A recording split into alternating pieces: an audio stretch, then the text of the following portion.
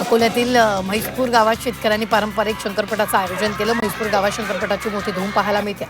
महाराष्ट्रातील नामांकित बैलजोड्या इथे दाखल झाल्या तर राज्यातील विविध भागांमधून 20 बैलजोड्या या शर्यतीसाठी सहभागी झाल्या।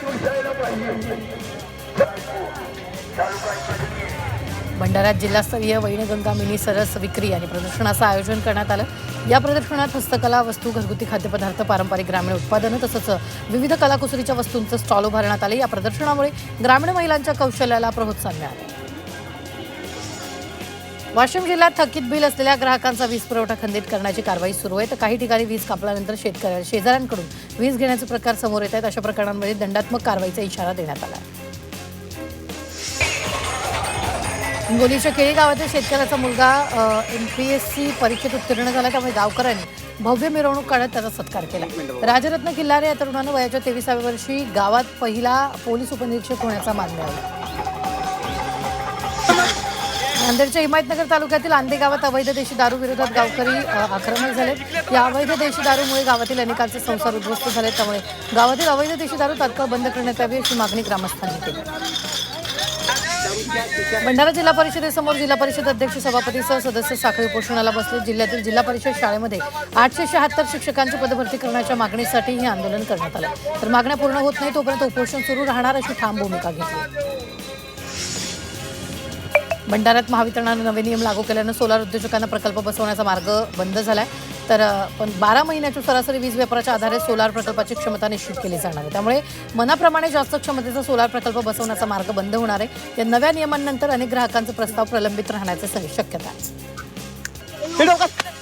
आखाती देशातील युद्धाचा परिणाम थेट सोलापुरातील तीर्थक्षेत्रावर होताना दिसतोय। गॅसच्या तुटवड्यामुळे जेवणाचे हाल होऊ नयेत यासाठी भाविकांनी तीर्थक्षेत्र पर्यटनाकडे पाठ फिरवली। आखाती देशांमध्ये सुरू असलेल्या युद्धजन्य परिस्थितीचा थेट परिणाम आता सर्वसामान्य नागरिकांवर होऊ लागलाय। हिंगोलीत ड्रायफ्रूटसह मसाल्यांच्या दरात मोठी वाढ झाली, त्यामुळे सर्वसामान्य ग्राहकांच्या खिशाला फटका बसलाय। जळगावातील हॉटेल व्यवसाय संकटात सापडला। 1 दिवस पुरेल एवढा सिलेंडरचा साठा आहे। 2 दिवसानंतर हॉटेल बंद करण्याची वेळ येणार आहे। गॅस सिलेंडर मिळवण्यासाठी नागरिकांची झुंबड लागली। मालेगावात सिलेंडरसाठी नागरिकांमध्ये बाचाबाची सुरू आहे। सिलेंडरचा काळाबाजार होत असल्याचा आरोप नागरिकांनी केला आहे। गॅस तुटवड्याचा पुण्यातील व्यावसायिकांना मोठा फटका बसला। व्यावसायिक आगामी विवाह सोहळ्याची बुकिंग रद्द करण्याच्या तयारीत आहेत। कमी लोकांमध्ये विवाह सोहळा पार पडण्याचं लॉन्च असोसिएशनकडून आवाहन करण्यात आलं आहे। IRCTCनं रेल्वे कॅन्टीनला महत्त्वपूर्ण निर्देश दिलेत। पर्यायी सुविधांसह उपलब्ध राहण्याच्या सूचना दिल्या आहेत। तसंच इंडक्शन चुलीवर जेवण बनवण्याच्या सूचना IRCTCनं रेल्वे कॅन्टीनला दिलेल्या आहेत। अमेरिका, इस्रायल आणि इराण या देशांमध्ये युद्ध सुरू असलेल्या युद्धामुळे इंधन पुरवठ्यावर मोठा परिणाम झालाय। तर कमर्शियल गॅस पुरवठ्याअभावी भारतात हॉटेल व्यवसाय धोक्यात आला। नाशिकच्या येवल्यातील हॉटेल व्यावसायिकांकडे 1-2 दिवस पुरेल एवढाच गॅस साठा शिल्लक आहे। तो संपल्यानंतर हॉटेल बंद करण्याची वेळ येणार। श्रीरामपूरमध्ये अवैध गॅस रिफिलिंग सेंटरवर पुरवठा विभागानं छापा टाकला। कारवाईत 87,000चा मुद्देमाल जप्त करण्यात आला। मुद्देमालासह एकाला ताब्यात घेतलं। युद्धाचा परिणाम हॉटेल व्यवसायावर झालाय। मनमाडसह नाशिकच्या ग्रामीण भागातील अनेक हॉटेल्स बंद पडण्याच्या मार्गावर आहेत। गॅस टंचाईमुळे हॉटेल चालकांना आर्थिक भुर्दंड सहन करावा लागतो। गॅस दरवाढी विरोधात काँग्रेस आक्रमक झाली। सोलापुरात काँग्रेसचे दरवाढी विरोधात आंदोलन करण्यात आले। प्रतिकात्मक अंत्ययात्रा काढत सरकारचा निषेध नोंदवण्यात आला। अहिल्यानगरातील राहतामध्ये ग्रामीण भागाला गॅस टंचाईची झळ बसते। साकोरीत पोलीस बंदोबस्तात घरगुती गॅस सिलेंडरचं वितरण करण्यात येते। सिलेंडरसाठी नागरिकांच्या लांबच लांब रांगा लागल्या।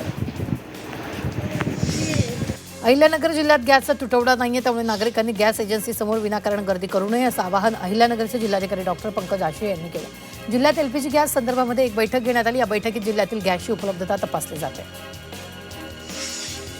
छत्रपती संभाजीनगरात गॅस सिलेंडरच्या तुटवड्यामुळे हॉटेल व्यवसायाला मोठा धक्का बसला। हॉटेल व्यावसायिक चक्क लाकूड फाटा गोळा करून चूल पेटवू लागलेत। गॅस सिलेंडरसाठी वारंवार चक्रा मारूनही रिकाम्या हातानं परत फिरावं लागल्यानं हॉटेल व्यावसायिकांनं हा निर्णय घेतला। युद्धामुळे व्यावसायिक गॅसचा तुटवडा जाणवत असून घरगुती गॅसही मिळेल की नाही अशी नागरिकांना भीती आहे।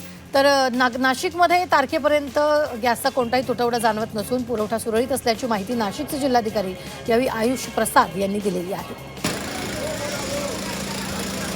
धुळे ग्रामीण भागात गॅसचा तुटवडा जाणवतोय। शिरदपूरसह अनेक ठिकाणी गॅस घेण्यासाठी रांगा लागल्याचं पाहायला मिळत आहे। रायगडच्या कर्जतमध्ये नागरिकांनी गॅस वितरण केंद्रावर मोठी गर्दी केली. गॅसचा तुटवडा निर्माण होणार असल्याच्या भीतीनं सकाळपासून ग्राहकांनी केंद्राबाहेर रांगा लावल्या. आखाती युद्धाच्या पार्श्वभूमीवर अनेक भागातील गॅस वितरण कोलमडलं. रत्नागिरीत गॅस सिलेंडर पुरवठ्यावर निर्बंध लावण्यात आले. अत्यावश्यक सेवेत गॅससाठी अर्ज द्यावा लागणार आहे. तर गॅस एजन्सींना निम्मे सिलेंडर देण्याची मुभा देण्यात आली.